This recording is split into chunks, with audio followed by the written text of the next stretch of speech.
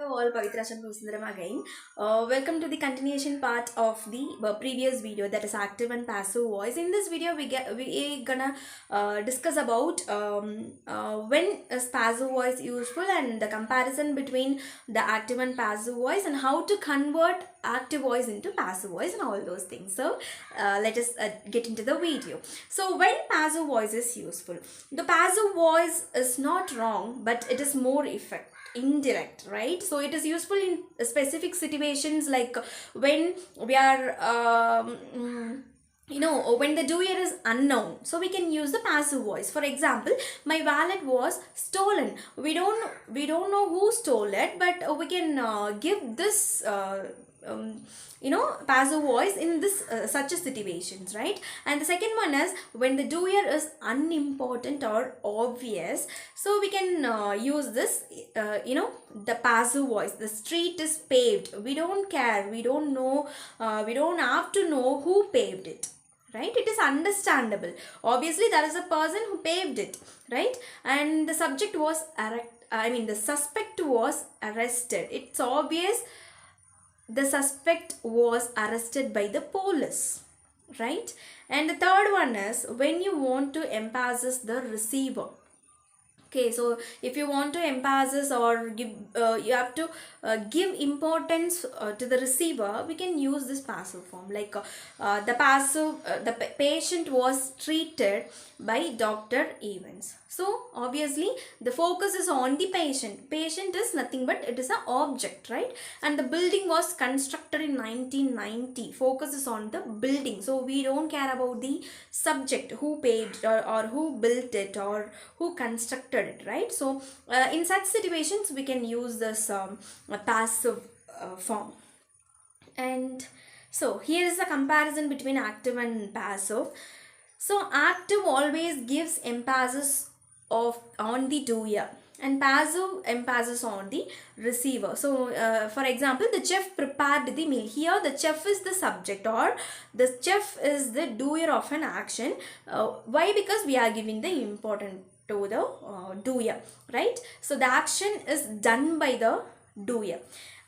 In passive form, the meal was prepared by the chef. So here we are focusing on the meal, the object. So this is what the difference between active and passive, right? So in active we'll be giving importance or we'll be focusing on the the doer of an action.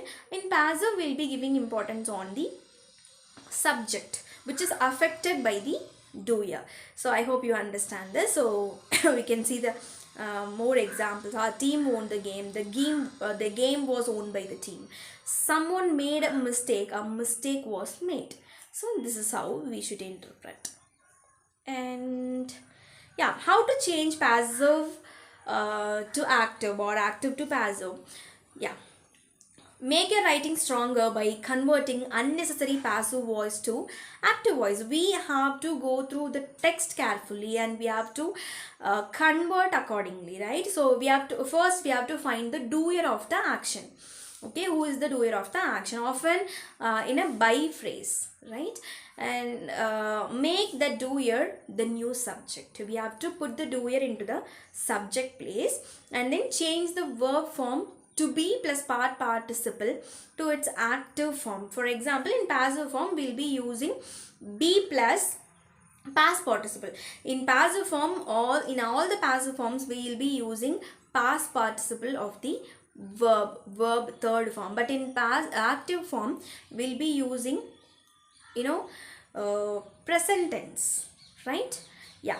And make the original passive subject to the new subject. For example, the decision was made by the committee. It is a passive statement. So we have to convert that into an active form.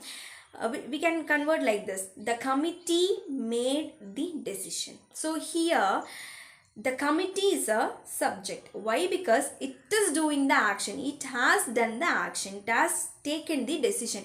That's why the committee is a subject. So this is how we should convert passive to active. And finally we have come to the conclusion.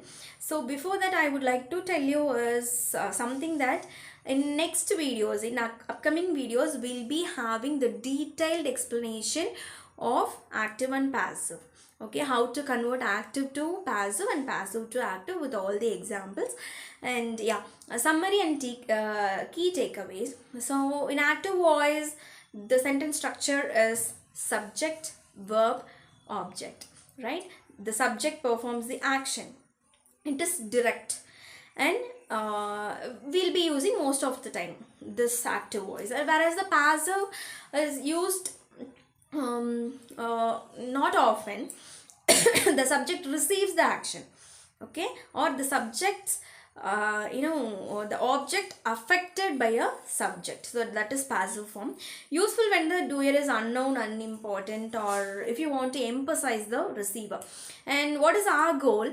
Be a flexible writer. To be a flexible writer, understand, we have to understand both voices, so we can choose the right one for our purpose, whether it can be thesis writing or report writing or anything else in an exam point of view, and anything else, right?